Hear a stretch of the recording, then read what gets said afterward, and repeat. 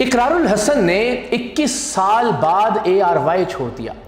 اس خبر کے شور میں شاید کسی کو یہ احساس ہی نہیں ہوا کہ میرے ARY چھوڑنے کے ساتھ 14 سال سے چلتا پروگرام سرعام بھی ہمیشہ ہمیشہ کے لیے بند ہو گیا ہے، اور یوں ایک پورا عہد اپنے اختتام کو پہنچا۔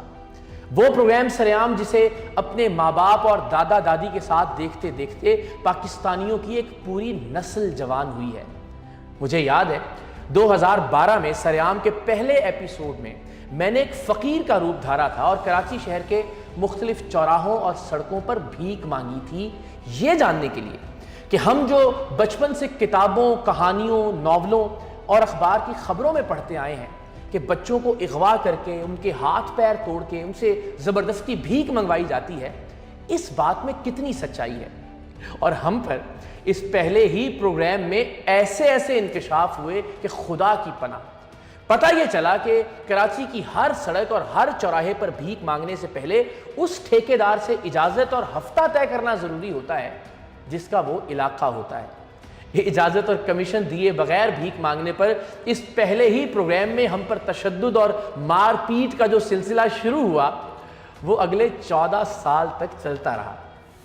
ملک کی ایجنسیوں کے ہاتھوں بدترین تشدد کا نشانہ بننے سے لے کر ملک کے سب سے خطرناک مافیاز کے ہاتھوں یرغمال بننے اور مار کھانے کے درجنوں نہیں سینکڑوں واقعات ہیں۔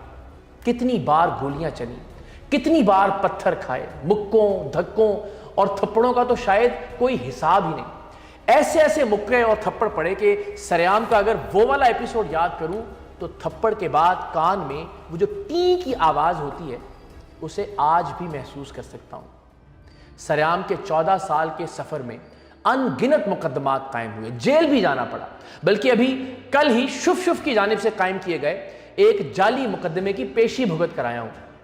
ویسے شف کے اڈے پر جانا اور اس کے غنڈوں کی جانب سے مذہب کا نام استعمال کرتے ہوئے ہمارے کیمرے چھین کر ہم پر تشدد کرنا بھی زندگی کا ایک خوفناک وقت تھا۔ مذہب کے نام پر مشتعل کیے گئے اس ہجوم کے ہاتھوں ہم مارے جاتے اور کوئی بھی شف کا کچھ نہ بگاڑ سکتا۔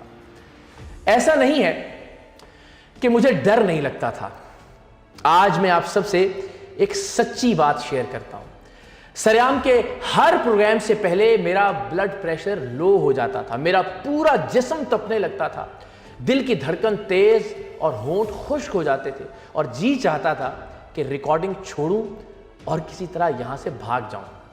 ہر پروگرام، ہر چھاپے سے پہلے ایک انجانا خوف اعصاب کو جکڑ لیتا تھا، کیونکہ ہم نہیں جانتے تھے کہ آگے سے گولی آئے گی، ایکسپوز ہونے والے چاقو یا چھریاں نکال لیں گے، پورا مافیا ہم پر وحشیوں کی طرح ٹوٹ پڑے گا یا پھر ہم یرغمال بنا لیے جائیں گے۔ ہر بار اپنی جان بچا کر نکلنے سے زیادہ اپنے کیمرے اور ان کیمروں میں موجود ریکارڈنگ بچا کر نکلنے کی زیادہ فکر ہوتی تھی۔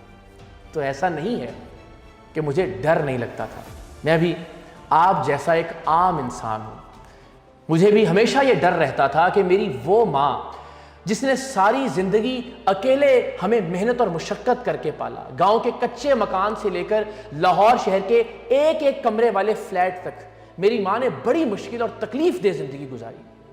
اگر میں مارا گیا تو میری ماں جسے زندگی میں پہلی بار اچھے گھر میں رہنے کا موقع ملا ہے اس کا کیا ہوگا؟ اگر میں نہ رہا تو کیا میرا بچہ بھی ویسی ہی تکلیفوں بھری زندگی گزارے گا جیسا بچپن ہم نے گزارا؟ تو جی ہاں، مجھے پروگرام سرعام سے پہلے ہمیشہ ڈر لگتا تھا کہ نہیں معلوم اس ریکارڈنگ کے دوران کیا انہونی ہو جائے۔ لیکن یاد رکھیے، بہادر وہ نہیں ہوتا جسے ڈر نہیں لگتا، بہادر وہ ہوتا ہے جو ڈر کے باوجود وہ کام کر گزرتا ہے جسے وہ ٹھیک سمجھتا ہے۔ اور ہم نے ہمیشہ پوری دیانتداری سے، مکمل ثبوتوں کے ساتھ اور جس چیز کو ہم نے دل سے غلط سمجھا اس پر پروگرام کیا، پھر چاہے اس کا ہمیں جو بھی نتیجہ بھگتنا پڑا۔ شروع کے 1-2 پروگرام کہ جب پروگرام سرعام کے کانٹینٹ پر میری بجائے پروڈیوسر صاحب کا اختیار تھا، ان پروگرامز کے علاوہ میں نے زندگی میں کبھی کسی ایسے موضوع پر پروگرام نہیں کیا جو حقوق اللہ کا معاملہ ہو، یعنی کوئی ایسا عمل جو بندے اور اللہ کے درمیان کا معاملہ ہو، میں نے کبھی اس پر پروگرام نہیں کیا۔ جسم فروشی کے اڈوں پر بھی چھاپا مارا تو اس لیے کہ وہاں 10-10، 12-12 سال کی بچیوں سے زبردستی یہ کام کروایا جاتا تھا۔ اور ہم نے ان بچیوں کی اپیل پر، ان کی خواہش پر انہیں وہاں سے نکلوایا، یا کسی ایسے گیسٹ ہاؤس پر چھاپا مارا جہاں خفیہ کیمرے لگا کر وہاں آنے والے کپلز یا فیملیز کی خفیہ ریکارڈنگ کی جاتی تھی۔ تو چونکہ ہر پروگرام مکمل تیاری، ثبوتوں کے ساتھ اور ایسے موضوع پر کیا جاتا تھا جس پر ہم صدق دل سے یقین رکھتے تھے، شاید اسی لیے سرعام کے 14 سال میں صرف 2 پروگرامز ایسے تھے جنہیں آن ایئر ہونے سے روکا گیا۔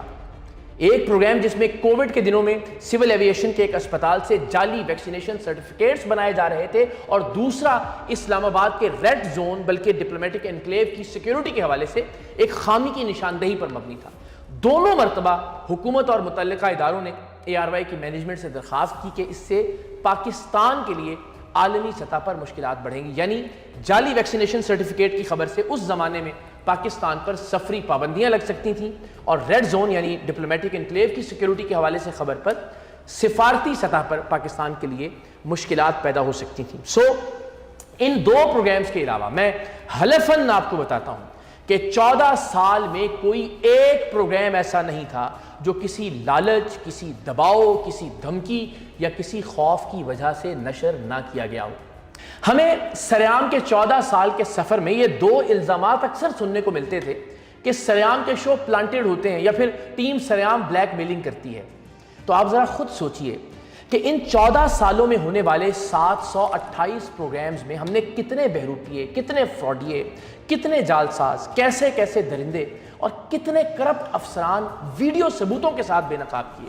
جو شخص 2 نمبری یا کرپشن کے واضح ویڈیو ایویڈنس کے ساتھ پکڑا جاتا تھا، اس کے پاس اپنے گھر والوں، اپنے رشتہ داروں یا اپنے دوستوں کو سنانے کے لیے بس یہی ایک کہانی باقی رہ جاتی تھی کہ وہ بے شرمی سے یہ کہہ دے کہ جی وہ تو پلانٹڈ پروگرام کرتا ہے، جی وہ تو بلیک میلر ہے یا بلیک میلنگ کرتا ہے۔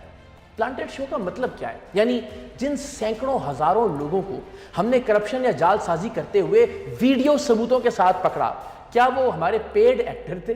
اور کیا ان لوگوں نے صرف ہمارے پروگرامز کے لیے اپنی ساری زندگی پورے پاکستان کی نظر میں برباد کر لی؟ وہ پولیس افسران پلانٹڈ تھے جنہیں ہم نے ان کے تھانوں اور دفتروں میں گھس کر رنگے ہاتھوں پکڑا۔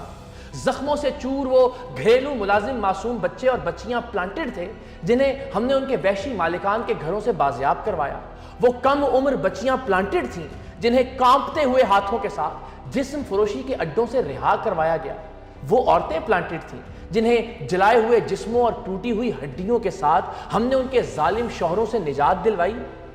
آئندہ جب کوئی آپ سے یہ کہے یا آپ کسی سے یہ سنیں کہ سرعام کا شو پلانٹڈ تھا، تو یقین کر لیں کہ یا تو وہ خود کبھی یا پھر اس کا کوئی فیملی ممبر ٹیم سرعام کے ہاتھوں ایکسپوز ہوا ہے۔ بہرحال کوئی کچھ بھی کہے، پروگرام سرعام نے ایک تاریخ رقم کی ہے۔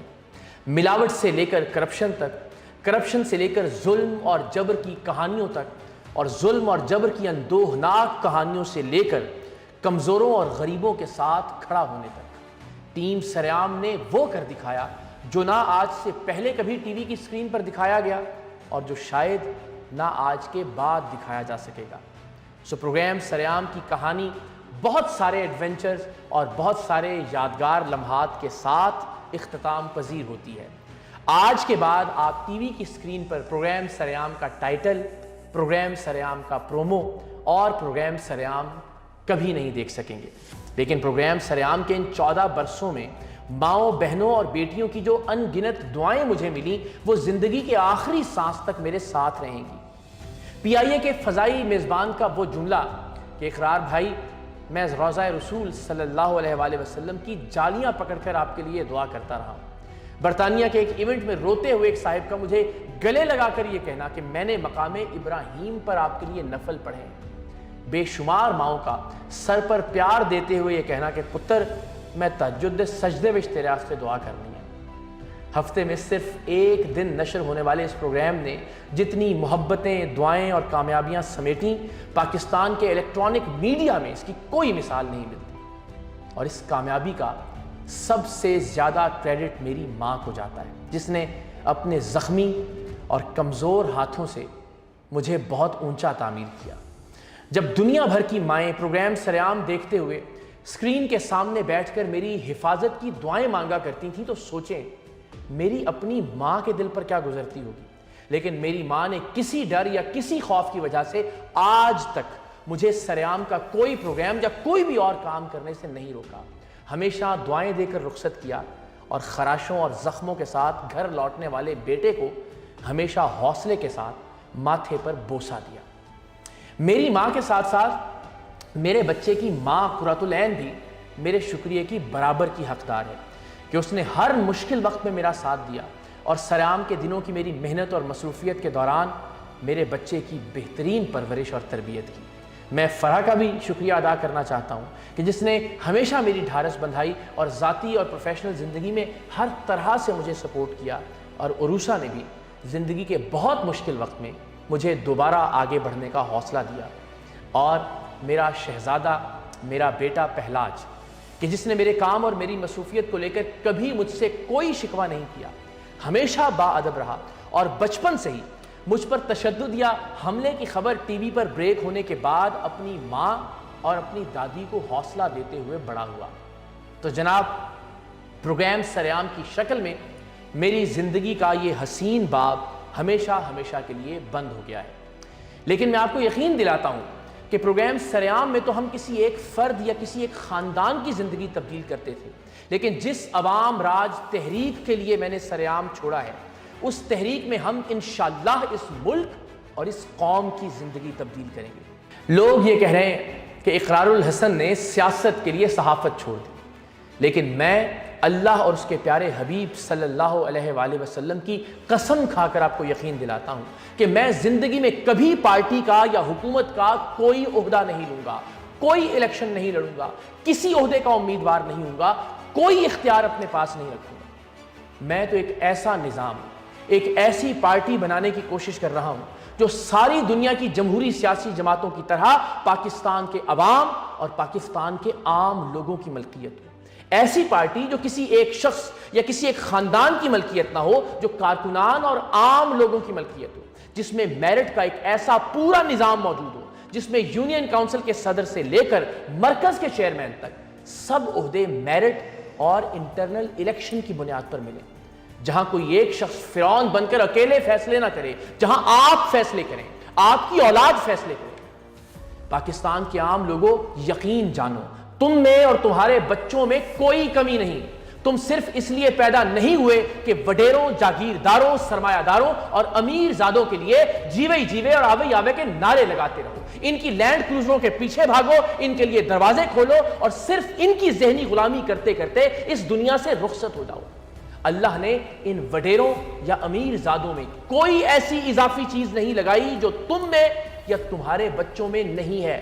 خود پر اعتماد کرو، اپنے بچوں پر اعتماد کرو، خود آگے آؤ، اس ملک کی تقدیر کو خود سنبھالو. یہ کیا ضروری ہے کہ وزیراعظم کا بچہ ہی اس ملک میں وزیراعظم بنے گا؟ کیا ضروری ہے کہ ایچ ایس این کالج میں پڑھنے والے ہی اس ملک پر حکمرانی کریں گے؟ یاد رکھیں، کسان کے مسائل حل کرنے کے لیے جب تک آپ جاگیردار کو ووٹ دیتے رہیں گے، کسان ایسے ہی روتا رہے گا. آئیں ایک ایسی جماعت بناتے ہیں جو کسان کے بیٹے کو پارلیمنٹ میں لے کر جائے. یاد رکھیں، جب تک آپ مزدور کی پریشانیاں دور کرنے کے لیے فیکٹریوں، ملوں اور کارخانے کے سرمایہ داروں کو حکمران بناتے رہیں گے، مزدور کے گھر میں ایسے ہی فاقے پڑتے رہیں گے. آئیں ایک ایسا نظام بناتے ہیں جہاں مزدور کی اولاد بھی حکمران بن سکے. جب کسان کا بیٹا اور مزدور کی اولاد اقتدار کے ایوانوں میں پہنچے گی، تب کسان اور مزدور کے مسائل حل ہوں گے. عوام راج تحریک اس ملک کے کسان کی تحریک ہے، اس ملک کے مزدور اور محنت کش کی تحریک ہے. عوام راج تحریک غریبوں اور محنت کشوں کے بچوں کو وڈیروں اور جاگیرداروں کی اولادوں کے سامنے کھڑا کرنے کی تحریک ہے. عوام راج تحریک غریب کی بیٹی کو امیر زادیوں کے برابر لانے کی تحریک ہے. یہ تحریک اس ملک کی مڈل کلاس کو اقتدار میں لائے گی، اور ایک دن یہ تحریک آپ جیسے کسی عام آدمی کو وزیر اعظم کی مسند پر بٹھائے گی. یہ تحریک اس ملک سے فوجی اور سیاسی اشرافیہ کے 78 سال کے دور اقتدار کا خاتمہ کرے گی. اب راج تمہارا ختم ہوا، اب راج کرے گی خلق خدا.